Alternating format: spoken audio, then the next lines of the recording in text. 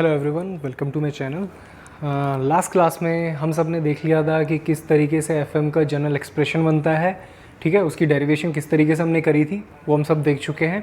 साथ ही साथ हमने ये भी देखा था कि किस तरह से हम बीटा वाली इक्वेशन जिसमें उसका मॉड्यूलेशन इंडेक्स होगा वो वाली इक्वेशन कैसे बनती है। ठीक है, वो भी हमने बना ली थी।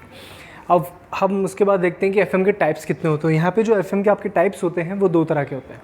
ठीक है, ये होता है आपका एनबीएफएम, दूसरा होता है आपका डब्ल्यूबीएफएम। तो एफएम की अगर मैं टाइप्स की बात करूं तो दो होते हैं। एक होता है आपका एनबीएफएम और दूसरा आपका होता है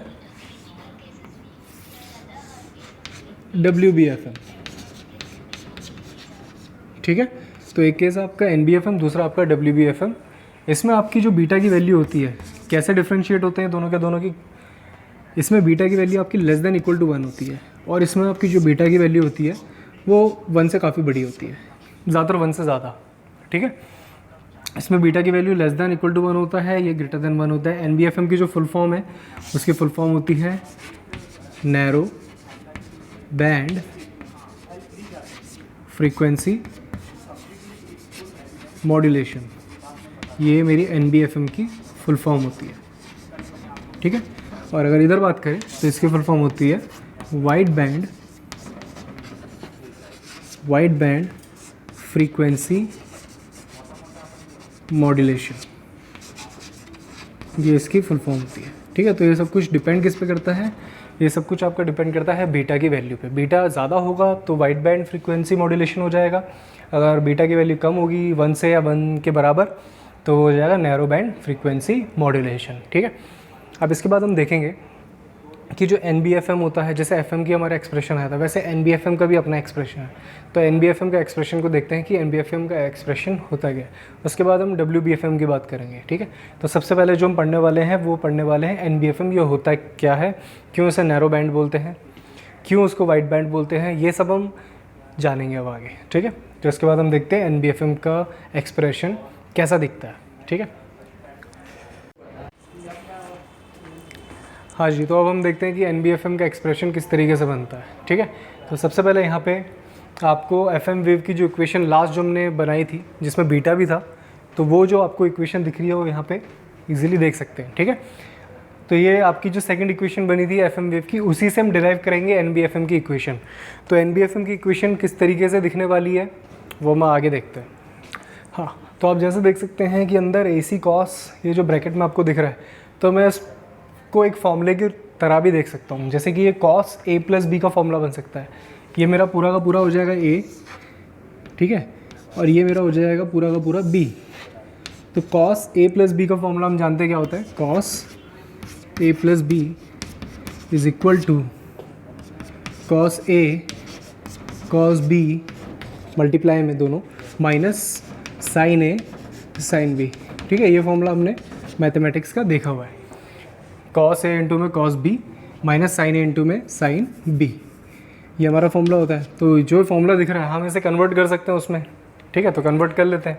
तो हमारा जो बनेगा एफ एम वेव की इक्वेशन जो बनेगी वो कुछ ऐसी बनेगी, S F M T is equal to A C cos 2 pi F C T, साथ में कॉस बीटा, ये ब्रैकेट में लिख रहा हूँ मैं बीटा वाला part, beta sine 2 pi F M T.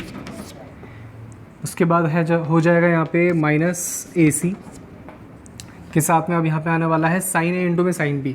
तो साइन ए ये हो जाएगा sign 2 pi F C T, और साथ में साइन बी भी चाहिए। तो साइन बी के लिए साइन तो ये है और बी हो जाएगा पूरा का पूरा, तो मैं यहीं पे लिख देता हूँ, मल्टीप्लाई में आ जाएगा आपका साइन बी में जो आने वाला है वो पूरा का पूरा आएगा beta sine 2 pi F M T.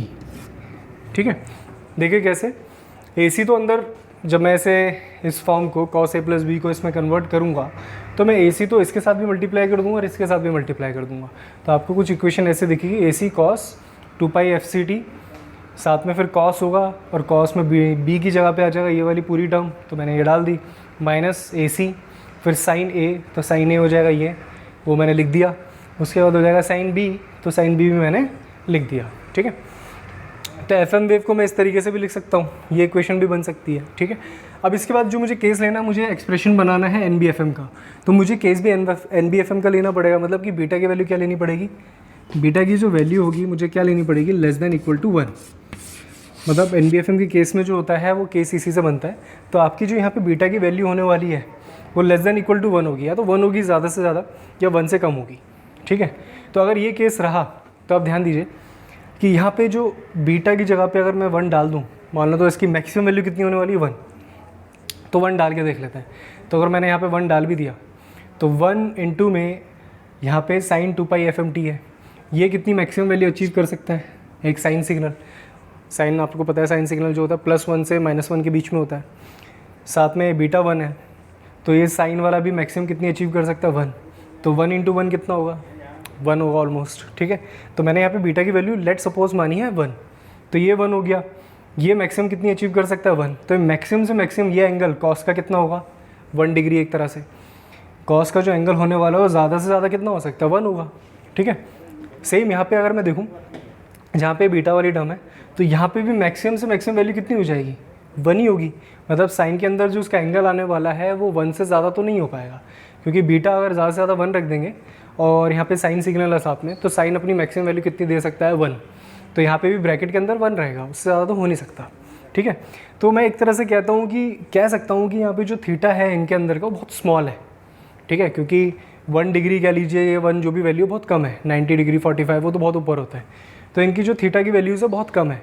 इसके अंदर भी जो कॉस के अंदर थीटा बनने वाला है वो बहुत कम होगा, इसके अंदर भी जो साइन के अंदर थीटा बनने वाला है उसकी वैल्यू बहुत कम होने वाली है, ठीक है। तो मैं कह सकता हूँ अगर थीटा बहुत कम होता है तो मैं बोल सकता हूँ कि कॉस थीटा, इफ़ मैं लिख लेता हूँ, if theta is very small, अगर आपका थीटा बहुत स्मॉल होता है तो कॉस थीटा जो होता है वो आपका अप्रॉक्सीमेटली 1 के बराबर हो जाता है। अगर आपका थीटा बहुत कम है तो कॉस थीटा आपका 1 के बराबर हो जाता है, और आपका साइन थीटा वो हो जाता है 0 के बराबर। आपका जो साइन थीटा हो जाता है वो अप्रॉक्सीमेटली किसके बराबर हो जाता है, 0 के बराबर। आई थिंक ये आपको समझ आएगा। वैसे एक्चुअली मैं इसे 0 नहीं बोलूँगा, एक्चुअली थीटा ही बोलूँगा, थीटा के बराबर ही हो जाएगा। देखिए ध्यान से, देखिए आपको पता है कि थीटा जब छोटा होता है तो कॉस की वैल्यू जो होती है, अगर यहाँ पे थीटा 0 है मान लेते हैं, तो अगर बहुत स्मॉल है तो 0 के पास मान लिया, तो अगर कॉस 0 है तो कॉस 0 की वैल्यू पता है आपको 1 होती है, इसलिए मैंने यहाँ पे अप्रॉक्सीमेटली 1 लिखा है, ठीक है। और साइन थीटा में ये होता है कि थीटा जितना छोटा होता है, ठीक है, वो अब जैसे यहाँ पे 0 होता तो साइन 0 कितना होता 0, इसलिए यहाँ पे मैंने साइन थीटा किसकी इक्विवेलेंट लिख दिया, थीटा के बराबर। कि हम फिजिक्स में देखते हैं, मैथमेटिक्स में भी यूज़ होता है, ठीक है, कई बार, कि अगर आपका थीटा बहुत छोटा है तो कॉस थीटा की वैल्यू 1 हो जाती है, ठीक है। और अगर आपका थीटा छोटा है तो साइन थीटा की वैल्यू थीटा के बराबर ही हो जाती है, जितना वो थीटा आपको दिया है। अगर मान लेते हैं यहाँ पे 0 है तो ऑलमोस्ट 0 आएगा, अगर ये 0.1 है तो ऑलमोस्ट 0.1 के पास ही उसकी वैल्यू आने वाली है, ठीक है। तो इस तरीके से जब थीटा आपका छोटा होता है तो आपकी कॉस थीटा की वैल्यू हो जाती है 1, और आपका साइन थीटा किसके बराबर हो जाता है, ऑलमोस्ट थीटा के बराबर। अब ये सब मैं पुट करने वाला हूँ यहाँ पे। अब यहाँ पे देखिए ये जो पूरी की पूरी वैल्यू होने वाली है ये कितनी हो जाएगी, 1 हो जाएगी, क्योंकि यहाँ पे जो ये अंदर बनने वाला है ये थीटा बहुत कम होने वाला है, क्योंकि मैंने बता चुका हूँ कि इनकी वैल्यू ज़्यादा से ज़्यादा कितनी होगी, 1, ठीक है। तो इस तरीके से बहुत कम होने वाला है, ज़्यादा से ज़्यादा बोला है वो भी, वो तो मैंने वर्स्ट केस की बात करी है, नॉर्मली उससे भी कम होगा, ठीक है। तो आपकी ये वैल्यू कितनी हो जाएगी, ज़्यादा से ज़्यादा आपकी 1 हो जाएगी। दूसरा यहाँ पे साइन थीटा, यहाँ पे भी थीटा बहुत छोटा है, तो थीटा अगर छोटा है तो साइन थीटा किसके बराबर आ जाएगा, थीटा के बराबर ही आएगा। तो यहाँ पे इसको अब हम कन्वर्ट करके दूसरी इक्वेशन बनाने वाला है, ठीक है। अब वो अगली इक्वेशन देखते हैं वो किस तरीके से दिखेगी। हाँ, तो आगे अभी देखते हैं हम कि कैसे ये इक्वेशन आगे कन्वर्ट होने वाली है, क्योंकि ये वैल्यू बहुत छोटी रहेगी, ठीक है।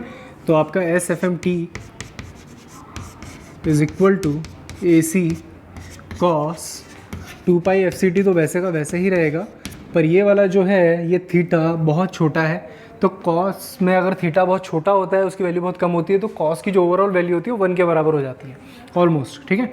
तो हम इसे मल्टीप्लाई 1 मान के minus A C sign 2 pi F C T, साथ में यहाँ पे आपको sign beta 2 pi F M T था, उसकी जगह पे ये जो थीटा है बहुत कम है, तो साइन थीटा ऑलमोस्ट आपके थीटा के बराबर हो जाता है। तो यहाँ पे मैं यहाँ पे साइन थीटा की जगह पे क्या डाल दूंगा, थीटा, तो थीटा मुझे क्या दिख रहा है यहाँ पे, beta sine 2 pi F M T, ठीक है। क्योंकि जो थीटा है मेरा वो यहाँ पे beta sine 2 pi F M T है, तो मैंने उसकी जगह पे वो डाल दिया मल्टीप्लाई में। ठीक है, अब यहाँ पे देखते हैं, ये मेरी जो इक्वेशन बन जाएगी, क्योंकि मैंने बीटा का case less than equal to 1 ले लिया है। ठीक है, तो अब जो मेरे एफ एम जो मैंने यहाँ पे नाम दिया है, यहाँ पे एस एफ एम टी, ये मेरा नाम अब ये नहीं रहेगा। ठीक है, अब ये नाम हो जाएगा S N B F M. अब ये नाम हो जाएगा S N B F M, क्योंकि मैंने बीटा को काफ़ी छोटा लिया है, 1 से या 1 के बराबर कह लीजिए, मैक्सिमम से मैक्सिमम। ठीक है, तो उस केस पे लेके मैंने इसे सॉल्व कर रहा हूँ, तो अब ये एन बी एफ एम की इक्वेशन हो जाएगी S N B F M. इसके बाद S N B F M, इसकी लास्ट स्टेज तक पहुँच जाते हैं कि कहाँ तक ये जाएगा, वो है ए C cos 2 pi F C T minus, अब यहाँ पे ध्यान से देखिए ए सी और बीटा तो कॉन्स्टेंट्स के रूप में मैं इसे आगे ला सकता हूँ। ठीक है, उसके बाद sign 2 pi F C T multiply में है sign 2 pi F C T, multiply में है साथ में है sign 2 pi F M T. ठीक है, मैंने क्या करा, ए सी और बीटा को आगे लेके आ गया। अब मैं इस इक्वेशन में क्या ऐसा कर सकता हूँ क्या कि मैंने 2 ऊपर भी मल्टीप्लाई कर दिया, 2 नीचे भी रख दिया। ये मैंने इसलिए करा कि आपका ये 2 इसके और इसके साथ मल्टीप्लाई होके फॉर्मूला बना लेगा, जो कि किसका फॉर्मूला होता है, 2 साइन ए साइन बी का कुछ फॉर्मूला होता है। ठीक है, वो होता है आपका cos A minus B minus cos A plus B, ये आपका फॉर्मूला होता है। 2 साइन ए साइन बी का फॉर्मूला होता है cos A minus B minus cos A plus B. तो अब मुझे इसको इसमें कन्वर्ट करना है, तो ये जो 2 वाला पार्ट है ये बन जाएगा, तो इसे सॉल्व करिए, आपका ए हो जाएगा ये वाली पार्ट, ए जो आपका 2 पाई एफ सी टी है, और बी हो जाएगा आपका 2 पाई एफ एम टी। ठीक है, तो ये आप यहाँ पे पुट करके इस फॉर्मूले में कन्वर्ट करेंगे, तो आपकी जो अगली इक्वेशन बनेगी वो आप मुझे जल्दी से सॉल्व करके बताइए। ये तो वैसे का वैसे ही रहेगा, और आगे आप सॉल्व करके मुझे जल्दी से बताइए कि आगे क्या आपको दिखने वाला है यहाँ पे। ठीक है, हाँ जी, तो आपने अगर आगे सॉल्व किया होगा तो आपकी इक्वेशन जो एन बी एफ एम की दिखेगी वो कुछ इस तरीके से दिखेगी, A C cos 2 pi F C T. ठीक है, यहाँ पे 2 पाई एफ सी टी है कॉस के साथ, फिर minus A C beta by 2 cos 2 pi F C minus F M T plus A C beta by 2 cos 2 pi F C plus F M T. ठीक है, तो इस तरीके से आपको इक्वेशन दिखेगी। अब अगर आप इस इक्वेशन को ध्यान से देखें, ठीक है, तो ये एन बी एफ एम की इक्वेशन आ गई है, ये फाइनल इक्वेशन हमारी एन बी एफ एम की फाइनल इक्वेशन यही होती है। अब ध्यान दीजिएगा यहाँ पे कि अगर आप इस इक्वेशन को ध्यान से देखेंगे ना, तो ये इक्वेशन आपको बिल्कुल ए एम वेव की जो थर्ड फॉर्म दिखती थी, जिसमें एक प्योर कैरियर होता था, एक एल एस बी होता था और एक यू एस बी होता था। ठीक है, तो इसमें आप अगर आप ध्यान से देखेंगे तो बिल्कुल आपको वैसी की वैसी ही लगेगी। ठीक है, बस फ़र्क क्या है, म्यू की जगह पे बीटा दिख रहा है, म्यू की जगह पे आपको बीटा दिख रहा है। और एक और फ़र्क है कि आपका जो प्योर कैरियर है वो तो बिल्कुल वैसे ही है, आपका यूएसबी भी बिल्कुल वैसी है, एलएसबी भी वैसी है। बस एलएसबी में एक चीज़ है कि वहाँ पे प्लस साइन होता था, पर यहाँ पे एलएसबी में आपको जो साइन दिख रहा है वो माइनस ही दिखेगा। ठीक है, तो 2 डिफरेंस है इसमें, सिर्फ एक कि म्यू की जगह पे बीटा है, ठीक है, और आपका जो एलएसबी है, एलएसबी के आगे जो साइन है वो आपका माइनस का है, जो कि वहाँ पे एएम में होता था प्लस का, तीनों प्लस में होते थे, ये भी और वो भी। ठीक है, एलएसबी, यूएसबी और आपका प्योर कैरियर तीनों प्लस में होते थे, बट यहाँ पे एलएसबी में माइनस का साइन है। और म्यू की जगह पे आपको क्या दिख रहा है, बीटा। बट अगर आप ध्यान दें तो हमने जो केस लिया है बीटा का वो लेस देन इक्वल टू 1 ही लिया है, तो ऑलमोस्ट ये वो वाला केस हो गया एक तरह से जैसे एएम के लिए होता था, अंडर मॉड्यूलेशन, क्रिटिकल मॉड्यूलेशन तक का। ठीक है, तो इस तरीके से मैं कह सकता हूँ कि ये जो पूरी इक्वेशन है बिल्कुल एएम वेव की थर्ड फॉर्म की इक्वेशन की तरह ही दिखती है। ठीक है, बस फ़र्क क्या है कि इसमें एलएसबी आपका नेगेटिव साइड में और बीटा है। तो अगर मैं इसका स्पेक्ट्रम वाला ग्राफ बनाऊँ, अगर आप इसका स्पेक्ट्रम वाला ग्राफ देखेंगे तो वो कुछ अलग दिखेगा, थोड़ा सा। कैसे अलग दिखेगा, अगर मैं इसका फ्रीक्वेंसी स्पेक्ट्रम में ग्राफ बनाऊँ तो बीच में आपकी फ्रीक्वेंसी होती है एफ सी, इधर मान लेते हैं F C plus F M, और इधर आपका होता है F C minus F M. तो अगर आप ध्यान दें इसको, अगर मैं थोड़ा और क्लियर लिख लेता हूँ, ये आपका है F C minus F M. तो ये वाला जो लाइन है, ये जो मैंने लाइन बना रखी है F C minus F M वाली फ्रीक्वेंसी, थोड़ा दूर लिखा है मैंने। तो देखिए आपका जो बीच में एफ सी है उसका कंपोनेंट आपको दिख रहा है, तो ठीक है, एक कंपोनेंट उसका दिख रहा है मुझे एफ सी पे, तो वो मैंने बना लिया। ठीक है, एक मैंने इम्पल्स सिग्नल यहाँ पे बना लिया। उसके बाद मुझे एक यूएसबी पे भी दिख रहा है, AC बीटा बाय 2 वाला जो कंपोनेंट दिख रहा है मुझे, FC प्लस FM वाला, USB वाला कंपोनेंट भी दिख रहा है, मैंने वो भी बना लिया। ठीक है, अब मुझे LSB का कंपोनेंट भी दिख रहा है, बट LSB के आगे प्लस नहीं है, माइनस है। इसका मतलब ये जो कंपोनेंट जो AM में पहले ऊपर दिखता था वो इस बार यहाँ नीचे दिखेगा, कुछ उल्टा। ठीक है, तो यहाँ पे जो कंपोनेंट, ये एक तरह से फ्रीक्वेंसी स्पेक्ट्रम का जो ग्राफ बन रहा है वो ऑलमोस्ट AM जैसा ही है, बस ये वाला नीचे की तरफ आ गया, बाकी ऑलमोस्ट वैसे ही है। 3 कंपोनेंट है, प्योर कैरियर, LSB और USB, बस दैट्स इट। तो ये आपका पूरा का पूरा एक तरह से FM की इक्वेशन भी किसकी तरह दिख रही है, AM की तरह। और अगर मुझे इसकी पावर निकालनी हो तो इस सिग्नल की अगर मैं पावर निकालना चाहूँ, तो अगर आप पावर निकालेंगे इस सिग्नल की तो सिंपल क्या करना है आपको, तीनों कंपोनेंट के एम्पलीट्यूड का स्क्वायर करना है डिवाइड बाय 2।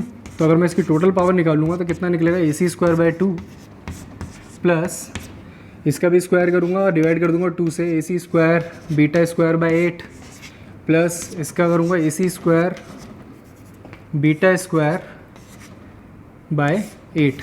इसकी पावर अगर मैं निकालता हूँ तो मेरी कितनी पावर निकलेगी, टोटल पावर जो मेरी निकलेगी वो निकलेगी, अगर आपको याद हो तो वैसे ही सॉल्व करेंगे जैसे वहाँ करा था, AC square by 2 1 plus beta square by 2। ये इसका सॉल्व करने पे आपको आंसर मिलेगा। ठीक है, तो अगर आप ध्यान देंगे तो ये इक्वेशन बिल्कुल वैसी ही है जैसी कि AM में होती थी, बस यहाँ पे जहाँ आपको बीटा दिख रहा है वहाँ पहले होता था म्यू। ठीक है, अभी वो यहाँ पे बीटा दिख रहा है, पर इसकी वैल्यू भी almost less than equal to 1।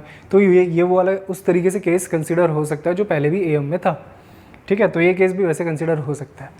तो इस तरह की इक्वेशन आपको दिख रही है, इक्वेशन भी ऑलमोस्ट सेम। ठीक है, किसकी, टोटल पावर निकालने की, और उसकी जो इक्वेशन है NBFM की वो भी बिल्कुल AM जैसी दिख रही है, वो भी सेम।